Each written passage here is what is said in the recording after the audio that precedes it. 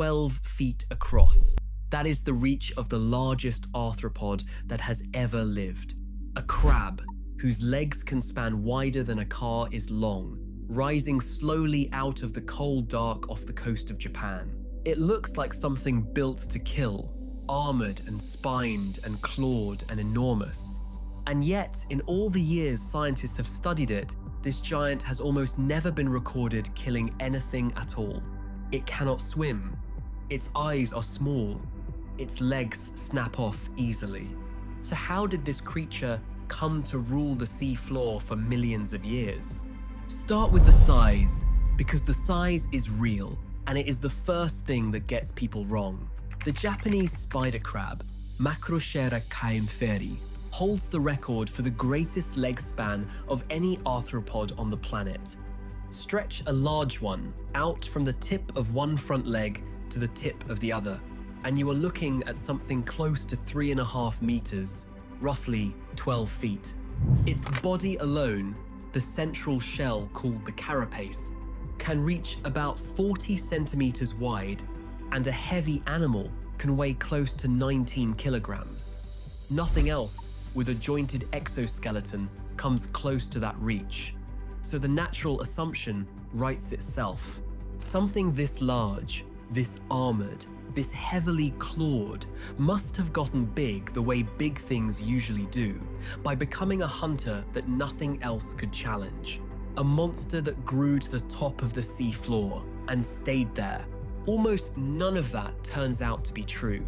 Western science has known this animal since 1836, when it was first formally described and given the name that honors Engelbert Kaempfer, a naturalist who lived in Japan at the end of the 17th century.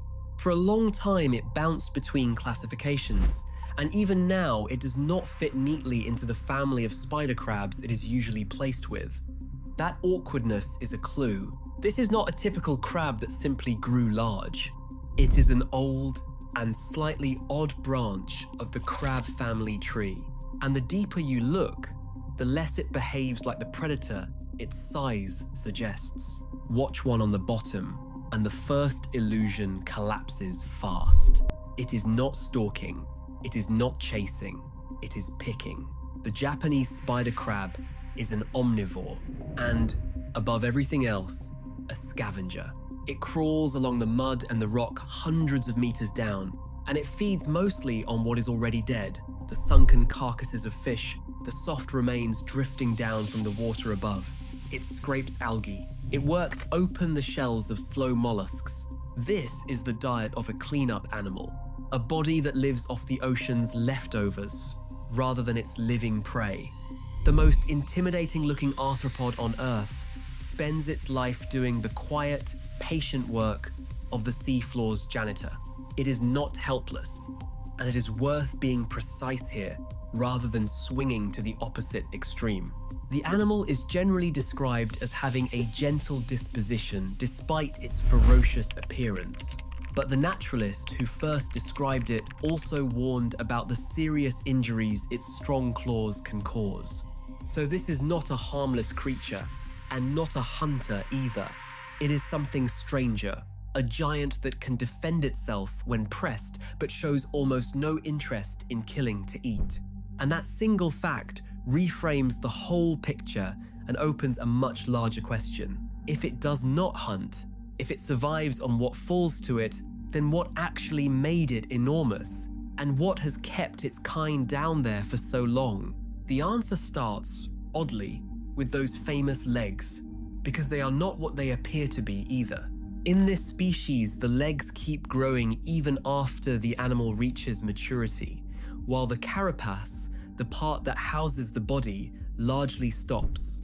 So the giant span is produced by extension, by reach, not by a matching increase in bulk or power. And here is the detail that quietly undoes the whole idea of an armored tank. Those legs are weak.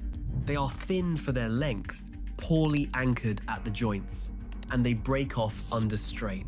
When researchers surveyed wild populations, they found that roughly 3 out of every 4 crabs were missing at least one limb. 3 out of 4. This is not the profile of an invincible predator.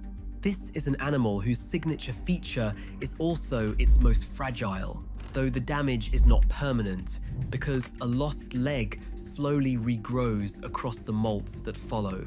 So the reputation cracks early, and it cracks hard. A giant that does not hunt. Armor wrapped around legs that snap. And behind that sits the real puzzle the title promises. Because a fragile scavenger should not be a candidate for ruling anything, let alone ruling for a span of time measured in millions of years. The obvious defense of the old idea is simple, and it is worth taking seriously because it is partly correct. Maybe size alone is the point. A crab 12 feet across is a hard thing to attack. Full-grown adults do have very few natural predators, and that is genuinely true. Down in the deep, off the southern coasts of Japan, an adult of this size is a difficult, awkward, well-defended meal, and most animals leave it alone. If the story were only about staying alive from one day to the next, size would be a decent answer on its own. But size only protects the animal while the armor is on, and the armor does not stay on. To grow, every crab has to shed its entire shell, and in a body this large, that process turns into the most dangerous event of its life. The Japanese spider crab molts its whole exoskeleton in one continuous effort that takes something on the order of 100 minutes. It backs out of the old shell, legs and all. And for that stretch of time and the hours that follow, the new shell underneath is soft. During the molt, the animal can barely move. The giant, the thing that looked untouchable a moment ago, becomes slow, exposed, and effectively defenseless, wrapped in a shell that has not yet hardened. And there is no way around it, because molting is the only way a crab can grow.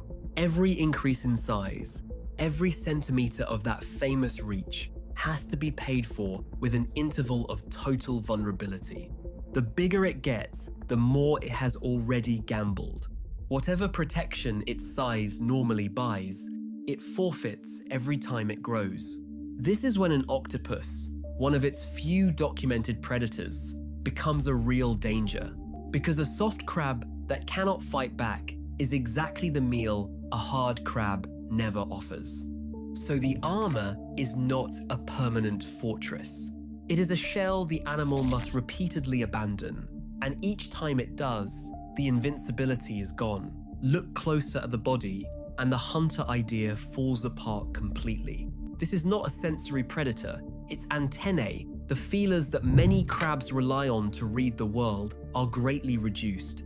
Its eyes sit on short, stubby stalks. It cannot swim at all. It moves slowly across the bottom, one careful leg at a time, a solitary wanderer with dull senses and no speed. Everything about its equipment points away from pursuit and toward patience. It is built to find the dead, not to catch the living. And a body like that, low on energy, low on aggression, should be easy to write off as a loser in the deep sea competition for survival, unless the competition it is winning is not the one we assumed. It is worth admitting how little of that competition anyone has actually watched. Most of what we know comes from trawled animals hauled up dead or dying, and from crabs kept in aquariums, not from long hours spent observing them at 300 meters in the cold and the dark. The deep is expensive and difficult to reach, and this crab's home is mostly unseen. So the near total absence of recorded kills is not proof that it never takes living prey.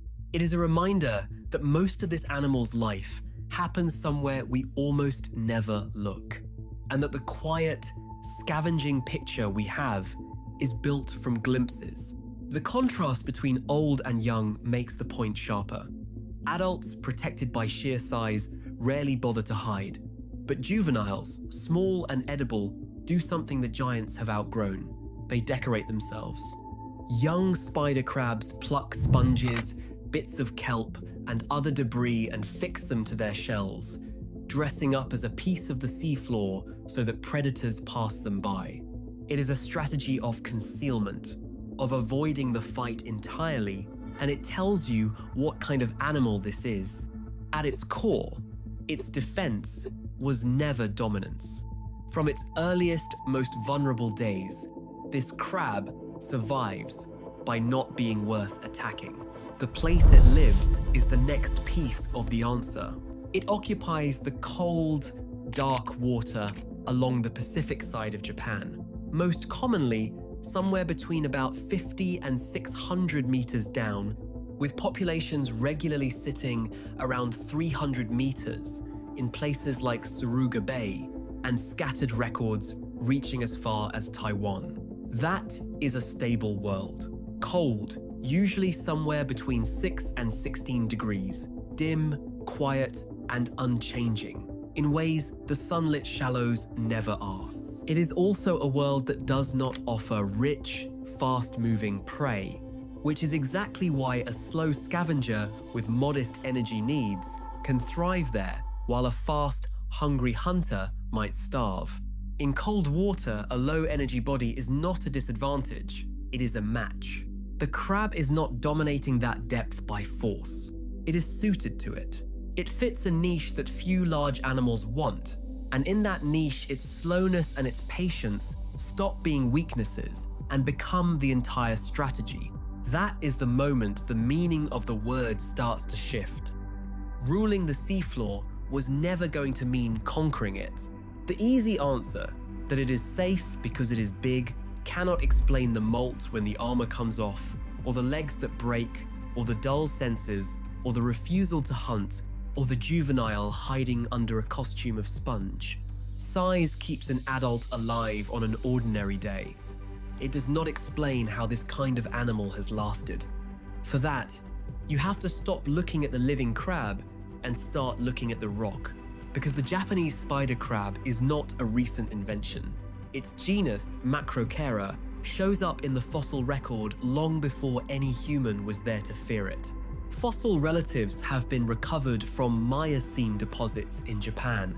Species with names like Macrochera ginzenensis and Macrochera yabei, and, remarkably, from far older Oligocene rock on the other side of the Pacific, in what is now Washington State, in the form of Macrochera teglandi. That places this lineage on Earth across tens of millions of years, and spread, at times, across an entire ocean. Scientists regard the group as representing one of the earliest anatomical stages in its family, an old blueprint that later crabs moved away from. The 12-foot crab off Japan is the surviving branch of a very ancient design, and that is the real meaning of ruling the seafloor for millions of years. It did not rule by winning fights, it ruled by lasting. This is a conservative body plan, a shape that found a workable way of life in the deep, and then barely changed, generation after generation, while the world above it turned over completely. Continents shifted, seas warmed and cooled, whole families of animals rose and vanished, and this design simply kept working. Endurance, not dominance. The crab did not outfight its rivals across geologic time. It outlasted them by being unambitious in a place where being unambitious was enough. That patience may even run through a single life. Reliable long-term data is thin, but the Japanese spider crab is often said to be among the longest-lived of all crabs, with estimates that an individual may reach something close to a century. Those figures are not firmly measured and should be treated as estimates rather than proven facts, but they fit the animal perfectly. A slow, cold, low-energy body in a stable, deep world is exactly the kind of life you would expect to stretch out over a very long time. Still, endurance across millions of years demands an answer to the fragility, because a soft-shelled, weak-legged, slow-moving scavenger sounds like the sort of animal that should have been wiped out many times over. The answer is numbers. A female Japanese spider crab can release something like 1.5 million eggs in a single season. Those eggs hatch after roughly 10 days into tiny larvae that drift near the surface in the early months of the year. Nothing like the armored giant they will eventually become. They pass through a series of delicate larval stages out in the open water. A brief first flicker of a stage, 2 swimming zoal stages, and a final settling stage before any of them sinks toward the bottom and begins to look like a crab at all. At every step, the water thins their numbers, and the overwhelming majority of them die. They are eaten, scattered, starved, lost. But out of 1.5 million, only a handful need to survive and sink and grow. The lineage does not protect each individual. It floods the ocean with beginnings and lets the sheer volume carry a few through. Fragility at the level of the single crab is offset by fertility at the level of the species. That is how something this breakable persists. So the picture finally holds together. A giant that scavenges instead of hunting, tucked into a cold, deep niche with little competition. A body whose enormous reach is display and extension rather than a weapon, whose armor is a temporary thing shed again and again, whose weak legs break and slowly regrow across successive molts. A lineage tens of millions of years old that survived not by force, but by fitting a stable world and drowning its own fragility in numbers. The crab rules the way an old, well-worn strategy rules, by refusing to fail.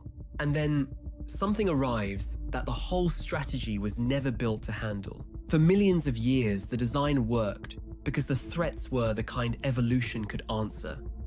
Predators could be outsized, fragility could be outbred. But the crab is also a delicacy, prized in Japan, and it lives at depths that human trawling gear can reach. That combination turned its ancient traits into liabilities almost overnight. A slow animal that cannot flee, clustered at fishable depths, taken faster than it can replace itself, is exactly the wrong animal to meet an industrial net. The catch numbers tell the story plainly. Reported landings fell from roughly 25 tons in the mid-1970s to only a few tons within about a decade, a steep drop that pushed managers to act. Japan responded with protections, including bans on harvesting during the breeding months in the early part of the year, and with efforts to raise young crabs and release them to restock the population. What tens of millions of years of predators and cold and darkness could not do, a few decades of fishing very nearly did. That is the tension the animal now lives inside. Its endurance was real, but it was tuned to a world without trawlers. The very features that made it a survivor, the slowness, the depth, the size that makes it worth catching, are the features that expose it now. A long life and a slow, fragile path to adulthood mean nothing if the adults are lifted off the bottom before they can breed. The strategy that carried this lineage through tens of millions of years depends on one thing above all: that enough big animals survive long enough to flood the water with eggs. Take the largest crabs faster than the young can grow to replace them, and the numbers game that always saved the species quietly stops working. An animal that never needed to be fast is suddenly in a race it did not evolve to run. Put all of it together and the answer to the title stops being about power at all. The 12-foot span is reach, not force. The scavenging and the cold, quiet niche are what let a low-energy giant persist where hunters could not. The molt and the brittle legs are the built-in fragility, survived through regeneration and through eggs by the million. The fossils are the proof that this is a lineage that won by holding still while everything else changed. The obvious answer, that it is big and therefore safe, was not wrong so much as small. Size keeps one crab alive on one day. It was never the reason the kind endured. To rule the seafloor, for this animal, never meant to conquer it. It meant to remain. And remaining is a different and quieter kind of achievement. The achievement of a body that survives by giving things up, by shedding its shell, by sacrificing a leg to a net or a predator and growing another one back on the next molt. Which brings it back to that single broken leg lying on the mud, the one that looked at first like the scar of a monster's battle. It was never a wound from a fight this crab was winning. It was the whole method in miniature. A giant that does not hold its ground so much as endure the loss of pieces of itself, again and again, across a single long life and across millions of years, and keeps going anyway. The largest arthropod that has ever lived earned its place in the deep not by being the most dangerous thing down there, but by being the most patient. And whether it goes on ruling, that seafloor now depends far less on anything it can do and far more on what we decide to leave it.